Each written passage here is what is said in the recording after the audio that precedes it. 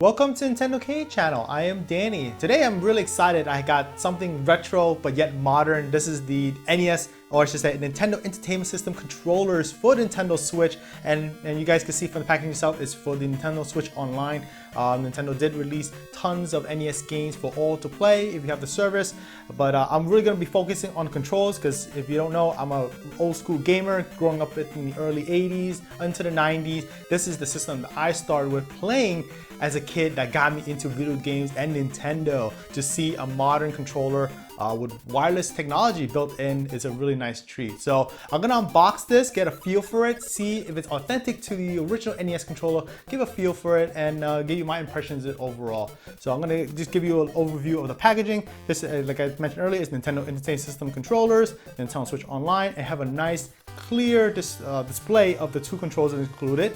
If you look into the back side, give you a little bit of description of what to expect. So it's a set of two NES controllers, and it does need to be charged before you use. That's what they recommend. And what's neat is they slide into the Nintendo Switch itself, just like if you were sliding into the with the Joy-Cons. But in its place, it is the NES controller. It looks really, really funny. When I first saw the image of it, I was like, wow, that's something I had to get my hands on. Like, again, it's like modern day meets retro. So that's very simple. It gets right to the point. I'm gonna open this up right now and get a feel for it. All right, pulling it out. And there's a little protector in the front. I'll take that, put that on the side for now. Look at that, very simple presentation in a black box. All right, there you go. They're unleashed side by side, and they look amazingly just like proportional to the original NES controller. Filling in the hand, I'm just gonna put one to the side for now.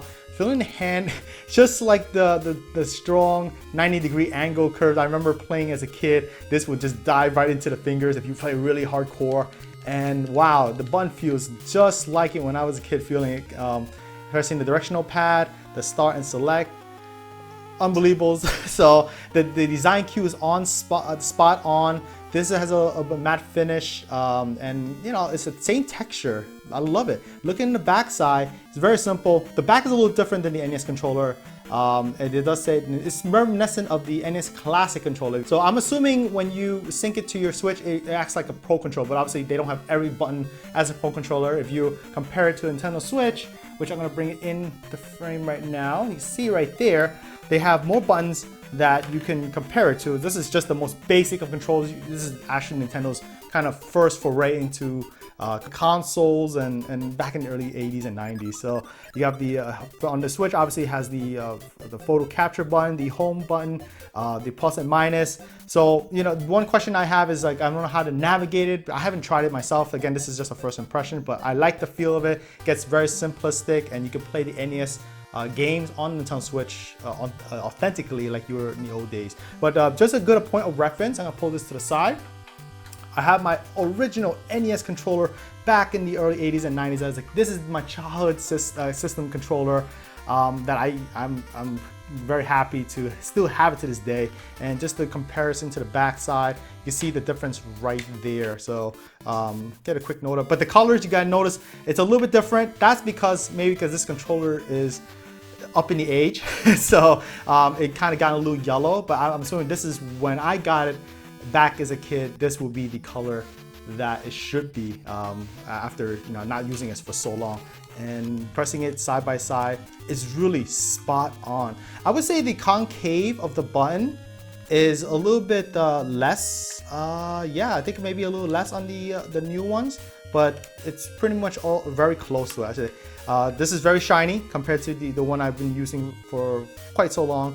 The start and select, again, really spot on. You can see that it's so close. I couldn't believe how they're able to manage combining modern with retro. All right, so I'm gonna try this out. I'm curious to see what you could do with this new controller with the Nintendo Switch and how the buttons work.